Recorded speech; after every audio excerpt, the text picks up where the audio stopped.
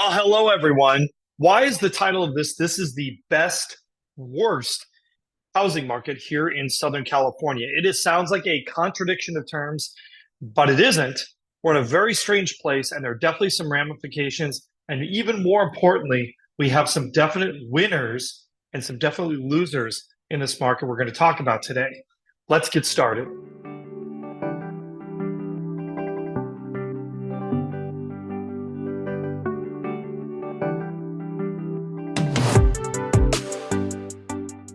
So we're going to go ahead and jump in, probably right in the stats. And what do I mean by the best, worst housing market? Well, if you were the kind of buyer who was waiting on the sidelines for interest rates to drop, what have you discovered?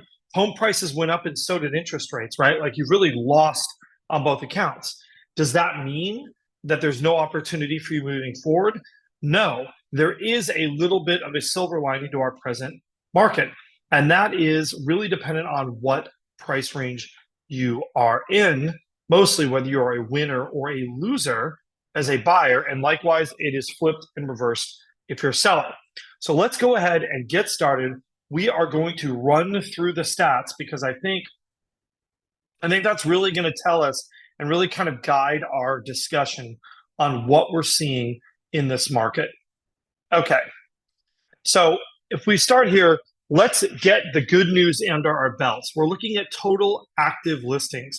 I don't care whether you are an entry-level buyer or whether you are a buyer looking in that $1 to $2 million price range here in Southern California, namely Los Angeles and Orange counties. There is more inventory than there was last year. And not even just a little bit more, really a good amount of inventory more. I mean, we're going to go ahead and say maybe we're going to call that a 20% improvement in inventory for our under 1 million and possibly even a bigger percentage than that, maybe even towards a 25% improvement if you're looking at that $1 to $2 million category. So we're starting out of the gate. There is some good news. This is the best part. Now we're going to get to the worst part. So we've got a little bit more good news. I mean, look at this uptick in new listings that we're seeing, right? Like this is very encouraging news. But what's interesting about this is not only is this, relatively speaking, a great uptick in new listings coming on the market, not just versus recent history, but this is the best 2 weeks we have had in the last 12 months for new listings. So there's never been a 2-week period in the last year where we've had this many new listings coming in on the market. Again, great news, best housing market. Unfortunately, we're starting to see something else happening. Look down here at our 1 to 2 million new escrows. That is also at a high point for the last year period. And if you look at this uptick, even though maybe we weren't at the heightened end last time, look at where we are now. This is starting to get towards that high point range for that under 1 million. So we're seeing demand really kind of bouncing forward. And this is in spite of higher interest rates, right? So if we look at our absorption rate, this starts to tell you why maybe that there's a little bit of a diverging opinion. If you look here under $1 million, that absorption rate is still close to 80%. But if you look $1 to $2 million, look at that absorption rate is really falling. So one of the things that I think is really interesting about this is, what does that mean if you're a buyer, right? If you're a buyer in that under $1 million range, guess what? This market is really pretty competitive. It hasn't really gotten noticeably better for you. But if you're a buyer in that $1 to $2 million range, things are getting a little bit easier out there, especially if you are willing to look after the properties that are not maybe in that top 10% of desirability, right, in their given price range or area. If you look at our closed prices, remember this data is 4 to 6 weeks old.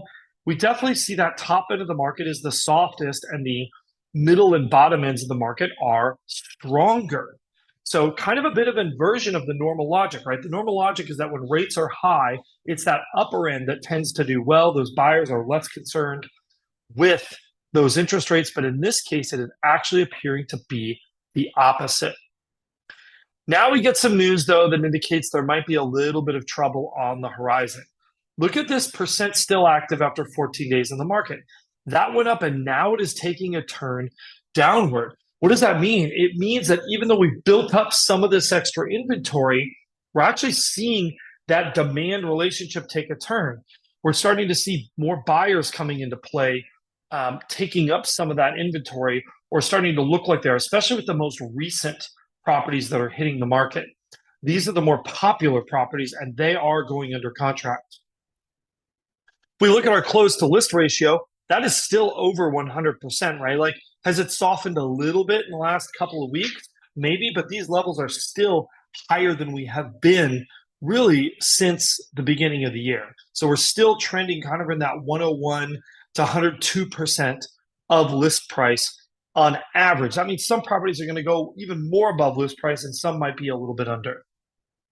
And then we also look at our days on market for new contracts. This continues to march downward, right? This is less than it was at last year. So it's like, what gives, right? We have more homes coming onto the market and we're seeing those absorption rates drop, yet the days on market for new contracts is not going up.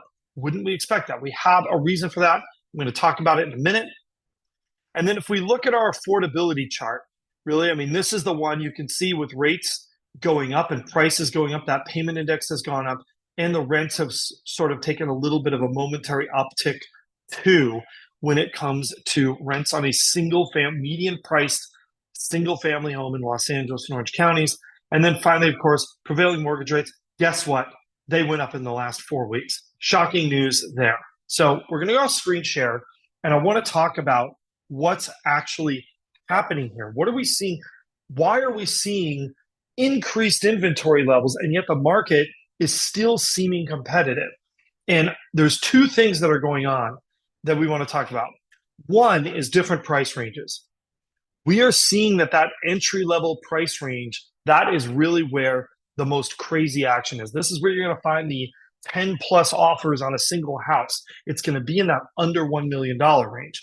We are seeing, if you're a buyer in that $1 to $2 million range, you're going to see maybe it's not going to be quite as crazy. However, there's a caveat, and that gets me to thing number two that we need to talk about. And that is, especially in that $1 to $2 million range, there is a big, huge chasm between the haves and the have-nots. Our measurement of days on market is days on market for new contracts. So this is days on market for the houses that are actually seeing the buyers. That number is going down. So what does it mean? It means there is a greater concentration of demand on the houses that people want. So if you're in that $1 to $2 million range, you might actually be able to score some deals if you are willing to go after the homes that not everyone else is writing offers on. That's where you're going to see your best market power. If you are a buyer under $1 million, well, unfortunately, I've got some bad news for you. You're facing higher prices, higher interest rates, and a market that really is just about as competitive as it's always been.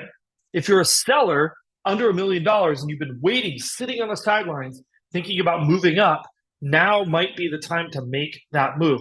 Yes, the interest rates suck. I know you're going to have to give it up, but you're going to get a great dollar amount for your outgoing house, and maybe you're going to have a little bit more softness on the house that you are buying on your down leg transaction.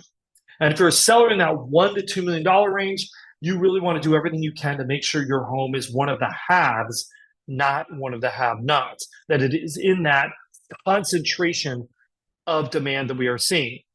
Thanks so much for watching, everybody. It's been a pleasure as always. Questions, comments, we love them. Do not forget to like, subscribe, and hit that notification bell. And as always, if you would like to use our expertise on your next transaction in Southern California, we would absolutely love to represent you and be your agent. Definitely reach out to us. We can have an initial consultation and talk about what we can do for you and how we can help your property dreams come true. Don't forget to like, subscribe, and hit that notification bell. And we will see you again real soon.